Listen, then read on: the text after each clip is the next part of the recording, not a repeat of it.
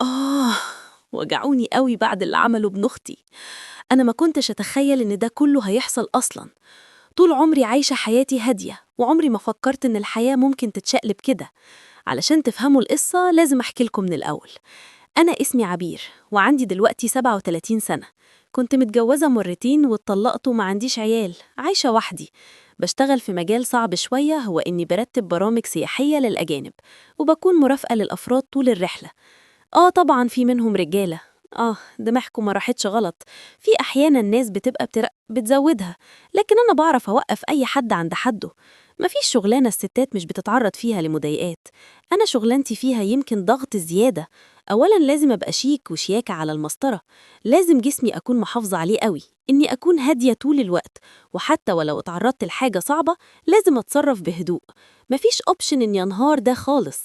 يعني حرفياً أنا لو جوايا بتحرق ما ينفعش بره يبان أي حاجة. طبعاً لازم أكون بجهز في أي وقت وبسرعة، لأن الضيف مش هيستناني ومش هيعطل أجازته عليا.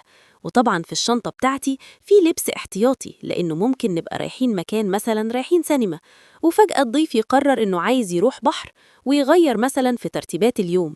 فأنا لازم أكون مرنة في التعامل مع المواقف دي. ويتهيالي انتوا فهمتوا أنا ليه مش متجوزة، وليه ما خلفتش، وليه عايشة وحدي. للأمانة هي حياتي صعبة، بس في شغلي فلوس كتير مش قليلة أبدا، وفسح طول الوقت بتفرجني على الدنيا حرة. بس طبعا الضريبة إني ما اتجوزتش وما خلفتش، وأنا مقتنعة إن كل حاجة في الدنيا ليها ضريبة، وعلشان كده مش حاسة بالأزمة قوي تجاه اختياري للحياة دي. أنا ما عنديش غير أخت واحدة، وعملت حادثة وهي على الطريق وماتت. بابا وماما ميتين، وما عنديش حد في الدنيا بعد أختي، وكمان جوزها اللي توفى معاها في نفس الحادثة. وسابولي كريم ابنهم، بس هو مش عيل خالص. كريم حبيبي كان عنده 17 سنة. طبعا ما كانش ينفع يعيش وحده. وجيه حياتي كل حاجة اتغيرت. كنت بنام عريانة حرة، أطبخ بمزاجي أو اشتري ديليفري، أروح وقت ما أنا عايزة. كنت بشرب سجاير، أتكلم زي ما أنا عايزة وأقول اللي عايزاه براحتي، واخد شاور واطلع أتمشى في البيت أجيب هدومي. ومفيش دولاب لأن الكراسي بتاعت الصالة كانت شايلة كل هدومي. حياتي مبهدلة. بس لما جه البيه كل حاجة اتغيرت. كل حاجة بقت مختلفة. وبقيت في بيتي بس مش زي الأول خالص. بقيت حاسة إني غريبة شوية في مكاني. فضلت شوية على الحال ده مستحملة فكرة إنه يبقى معايا كريم، بس حسيت إنه مش عارفة أتعايش مع ده. مش عارفة أتعايش مع فكرة إنه في راجل في البيت، بعد ما كنت عايشة حرة، عايشة براحتي وضرباها صرمة. راجل بالنسبة لي يعني قيود، يعني ألبس، يعني أتصرف بطريقة معينة، يعني ما ينفعش وما يصحش. حتى رغم إنه راجل صغنون، بس برضه هو عمل لي ونس. بس حقيقي ريحة الحمام بقت معفنة، وغير إنه في حاجات على القعدة. الموضوع بقى معاناة في أبسط حقوقي إني أدخل الحمام. لا، وإيه بقى، البيت طالع لي في الصيف عامل زي طرزان، وفي غابة معفنة شكلها مقزز قوي في صدره وبطنه، وعايزني أتعايش مع المنظر ده. لأن جنابه حران وأنا متقندلة مموت وأقلع ومستحملة الحر، علشان هو كاتم على نفسي عادي، وهو شايف إنه حقه عادي جدا يعمل كده. واتخانقت معاه خناقة كبيرة قوي، وطبعا صوته المزعج الجعر اللي بيتحول فجأة ده كان فعلا مخليني مش طايقاه وزود عصبيتي.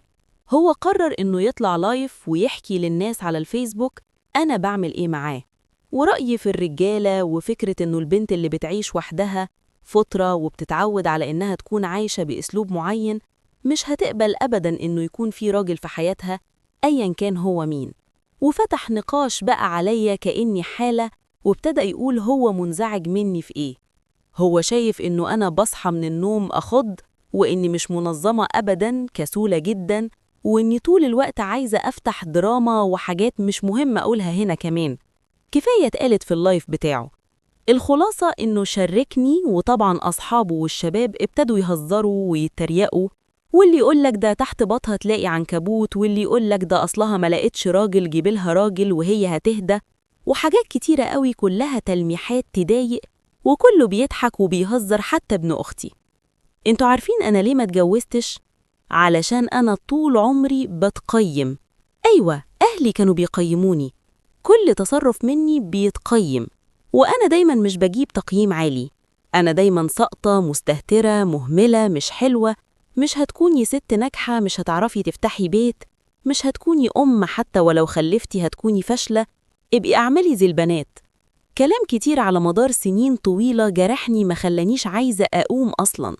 خلاني عايزة الوقت يعدي ومش عايزة أعمل حاجة علشان مفشلش فيها. مش عايزة أحب علشان ما يطلعنيش ست ناقصة ومش بعرف أعمل حاجة. مش عايزة أحاول أقف ساعة قدام المراية علشان أروق شكلي زي البنات وألقى نفسي ببكي لأني مش عارفة أحط ميك اب وإني فاشلة. أنا استخبيت هنا مش علشان كره الرجالة، بالعكس أنا مموت على إن يكون في راجل في حياتي، بس للأسف معايير الرجالة مش عندي واللي عايزينه مش فيا. أنا خلقت ربنا كده، هعمل إيه يعني أموت نفسي؟ ده بالظبط اللي لما اكتشفت الفضيحة واكتشفت إني بقيت ترند بسبب ابن أختي وكل الناس بقت بتجيب في سيرتي وكله مستحل التريقة عليا، قررت إني أطلع وأتكلم أنا كمان.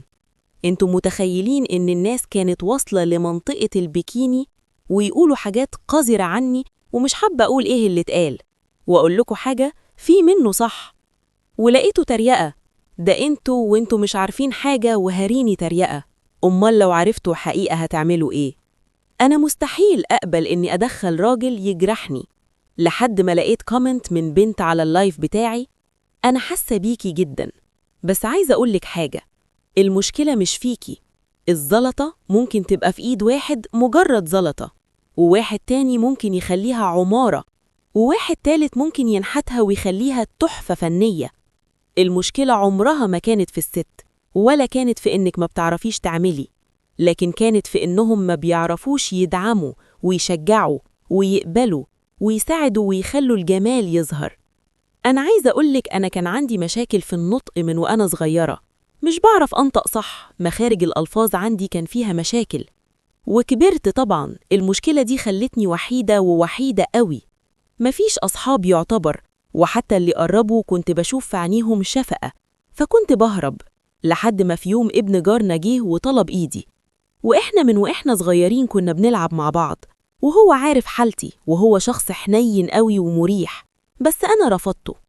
طلب يقابلني وأصر إني أقابله، وقال لي إنه مش هييأس إني أقبل وإنه عايز معايا فرصة، وفضل يلح عليا. وفعلا عملنا خطوبة 6 شهور، وفي ال6 شهور دول كنت حاسة إني جريئة أعمل حاجات كتيرة، وده خلاني أتجوزه. وبعد أول سنة لقيته جايلي البيت بدري عن ميعاده، وكان فرحان قوي لأنه درس تخاطب. أنا بصيت له وما كنتش فاهمة هو بيفكر يصلح بعد السنين دي. أنا فشلت زمان مع أكتر من دكتور تخاطب وكنت رافضة، وهو يتحايل عليا زي العيل الصغير ويفرح بكل محاولة مني ويلعبني ويحتفل معايا.